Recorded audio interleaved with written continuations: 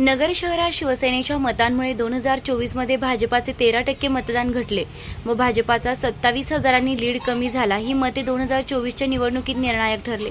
नगर शहरात आपण पाहू शकता की सुजय विखे यांनी 2019 मध्ये 10,88,060 मते मिळवली होती, जी एकूण मतदानाचा 66.11% होती। मात्र 2024 मध्ये त्यांची मते कमी होऊन 10,58,049 वर आली, जी एकूण मतदानाचा 58.77% होती।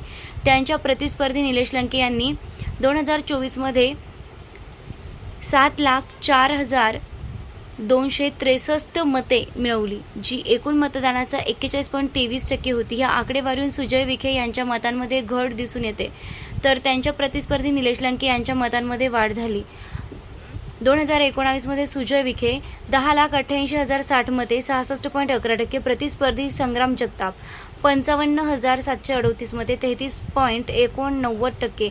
2024 मध्ये सुजय विखे 10,58,049 मते 58.77%, प्रतिस्पर्धी निलेश लंके 74,263 मते 41.23%। या आकडेवारीतून दिसून येते की सुजय विखे यांच्या मतांमध्ये घट झाली आहे, तर यांच्या प्रतिस्पर्धी निलेश लंके यांच्या मतांमध्ये वाढ झाली आहे। 2019 निवडणुकीच्या तुलनेत 2024 मध्ये नगर शहरातून सुजय विखे यांच्या मतांमध्ये कमी होत चाललेली स्थिती स्पष्ट दिसत आहे, तर त्यांच्या प्रतिस्पर्ध्यांच्या मतांमध्ये वाढ होत आहे।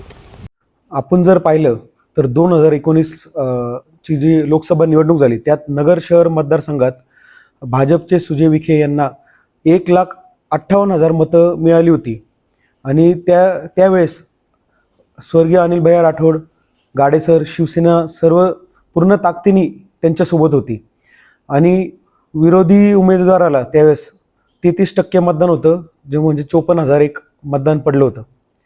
आणि जर आपण 2024ची परिस्थिती बघितली नगर शहर लोकसभा मतदारसंघाची, तर यावेळेस फरक जाणवला की शिवसेनेची जी फळी आहे ती पूर्णपणे निलेशजी लंके महाविकास आघाडीच्या उमेदवाराच्या पाठीमागे उभी होती।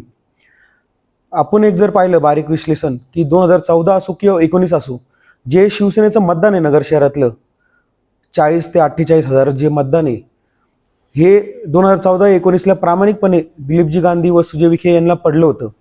म्हणून दोन्ही वेळेस शहरातून भाजपने त्यावेळेस विक्रमी मतदानाचं लीड घेतलेला होता। पण ह्यावेळेस 2024ला जर आपण बघितलं, जवळजवळ मागच्या 2019च्या तुलनेत भाजपचं जो लीड आहे तो एक 27,000नी कमी झालेला आहे। यावेळेस जो मागच्या 57,000चा लीड होता तो 30,000 वर येऊन टेकलेला आहे। आणि जर आपण बघितलं की जो भाजपला साथ देणारा पारंपरिक मतदार होता शिवसेनेचा, हा एक स्विंग वोटर सारखा शिफ्ट झाला लंकेंच्या बाजूनी। लोकसभेच्या इतिहासात कधीही काँग्रेस किंवा राष्ट्रवादीच्या उमेदवाराला नगर शहरात 50,000च्या वरती मतं मिळाली नाही। फक्त मागच्या वेळेस देखील 54,000 मतं काँग्रेस राष्ट्रवादीच्या उमेदवाराला होती, पण ह्या 2024ला त्यांनी 75,000 पर्यंत मतदान निलेशजी लंके महाविकास आघाडीने घेतलेलं आहे। आणि त्यात जर आपण बारकाईने बघितलं तर जो कन्फ्युजन झालं मतदारांना, पिपाणीचा जो उमेदवार होता त्यांनी एक 4,800 मतं जवळजवळ घेतलेली आहे नगर शहरात, तर जवळजवळ 78 ते 79,000 मतदान निलेशजी लंके यांना झालेलं आहे। तर एक जो आपण मागच्या 3 लोकसभेचा ट्रेंड बघितला तर क्लिअर शिफ्ट शिवसेनेचं जो मतदान इकडं झाला, त्याच्यामुळं 13%नी लीड कमी झाला सुजयजी विखे भाजप यांचा ह्यावेळेस। आणि त्यांना जो अपेक्षित लीड होता त्यांना बरेच त्यांचेही देखील असं कॅल्क्युलेशन होतं की शिवसेना जरी गेली तर अजित पवार गटाची राष्ट्रवादी आमच्यासोबत आलेली आहे, त्यांचे नगरसेवक आमच्यासोबत आलेले आहेत, म्हणून शिवसेनेच्या मतांनी ती पोकळी भरून निघून जाईल।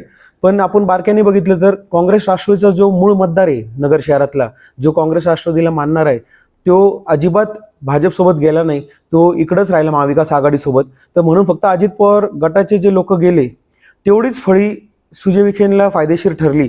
पण जे शिवसेनेचं जो मेन मतदार होता, जो अनिल भैयांना मानणारा वर्ग आहे शिवसेनेत, व्यापाऱ्यांचा असो नाहीतर सर्वसामान्य माणसाचा असो, तो निलेशजी लंके यांच्या बाजूने शिफ्ट झाल्याने एक हा निर्णायक ठरला। कारण की जर आपण बघितलं सीट 29,000 मतांनी निवडून आलेलं आहे आमचं, आणि हा जो लीड घटलाय नगर शहरात 27,000चा, तर हा एक निर्णायक मतदार शिवसेनेचं मतदान निर्णायक ठरलेलं आहे नगर शहरात, या लोकसभेतून आपल्याला दिसून येत आहे।